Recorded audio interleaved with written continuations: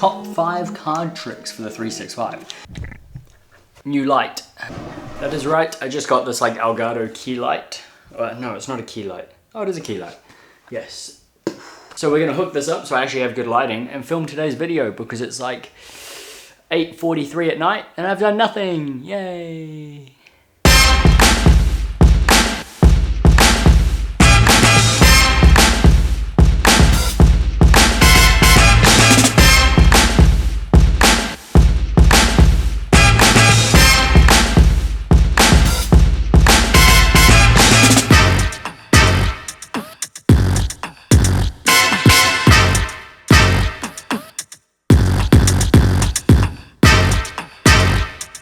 This trick, an entire deck of playing cards. I'm just kidding, of course, we only need one for this. We're gonna fold it down the middle lengthways. Looks a little strange, but you take this playing card and all you have to do is poke it straight through the center of this card box.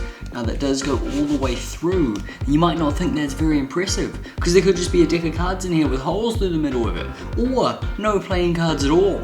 But what if I were to tell you that there's just one solid metal block inside the card case? And that's the trick for day 44. Welcome to day 44 of the 365 Days of Magic Challenge. It is 9:30 at night currently, and I've filmed absolutely nothing on this Sunday day.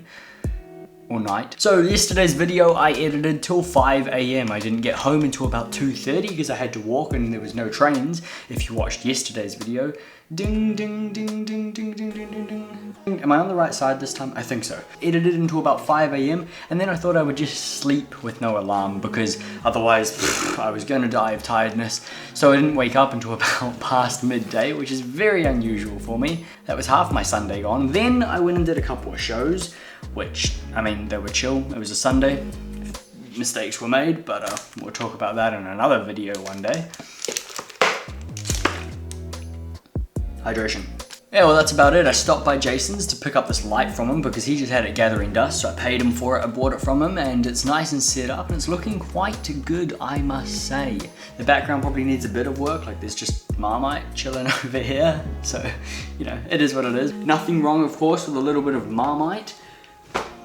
That's right, the best spread in the world, not this Vegemite crap that Australians eat. So I warned one of my flatmates just through here that I was going to be filming late at night, so hopefully the others are alright with it. I thought we would do something a little bit different. I haven't done like any top 5s or anything like that for this 365 yet, so today, a top 5, yeah. Hydration. Today I have a little list just over here if you see me glance over it all, but today we are doing a top 5 card tricks for the 365. It's gonna be a weird video, I apologize in advance. Coming in at number 5 is Anniversary Waltz. Now, I do have lots of Street Magic videos and performances of this that are already in previous videos, and it is a trick that works much better live. So check out these reactions. This is gonna look weird, you just pull it straight off the 10 of spades with any luck. Wow. What the hell? Wow. Wow. Oh, I refuse. Oh, she's getting right in there. What? That's right, it is a great trick. I actually do a version that I learned. It's like an impromptu version, so it doesn't require any other cards apart from a normal deck and a Sharpie. And I learned this version from Jacobi. Wait, okay, I think it's Italian, so Giacomo is his actual name. The Instagram handle is Jacobi or Jacobi or something. I learned the impromptu anniversary waltz from him. I changed the ending just to suit my handling and needs and all that kind of stuff, which is what I do to this day. And it's of course a trick that works much better live, but basically it looks like this. You have, say, like a 3 of clubs signed on the face there, and you have the 5 of hearts signed on the back. It says, oh my God. And then all you have to do is heat the fingertips up a little bit, and you pull that signature straight off that 5 of hearts, so it's completely blank, leaving us with both signatures fused onto that 3 of clubs. Should have written subscribe. Oh well. Nailed it. Number 4.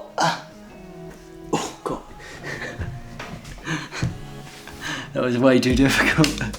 Number 4 is the Beetle trick. It's only a trick I've started doing again recently after actually never having performed it before. I recently did a street magic video on it as well. Hydration. And the reactions were... hard. Oh. Dude, that is really impressive. Wow! Nice. That's pretty good. That's pretty good. Yeah, that's crazy. What the fuck? No way. That's really good. Thank you very much. Oh my god, that was awesome. Thank you. Cheers, guys. So it's actually a trick that I've enjoyed doing a lot now, and I highly recommend it. It is, of course, once again, I think better live, obviously, but here we go. Quick performance. For this trick, you need a card selected, in this case, the Jack of Clubs. You're going to get them to lose that anywhere they'd like in the deck, and they can give the deck as many cuts as they would like afterwards. Now you're going to tell them you're going to try find their card using estimation and estimation alone. You can roughly know exactly where they've cut every single time. Of course, to make it a bit easier, you're going to give yourself 5 chances. With any luck, one of these cards is theirs. Don't give it away just yet. We've got the 2 of Hearts, the Jack of Clubs, the 6 of Hearts, the 3 of Diamonds, and the 8 of Hearts. Now you ask them, is one of these cards theirs? They of course say yes, so you're on track for a miracle. That's 1, 2, 3, 4, 5 cards. You take one card that you think is theirs, this one right here, and you're just going to try and get it to stick to the palm of the hand. Perfect. It then of course completely disappears, leaving you with only 4 cards, none of which are theirs. And in the center of the pack that they've been holding onto the entire time is one card, face up, the Jack of Clubs. That was the Beetle trick, which I highly recommend. Now on to number 3. First try. For this miracle with the ordinary deck of cards, you get one selected, in this case the Ace of Spades. It gets lost in the center of the pack, and the deck can be thoroughly shuffled by you or the spectator. Now to find it again, it's as simple as reaching in, you pull out one card and one card only, and that is the Ace of Spades.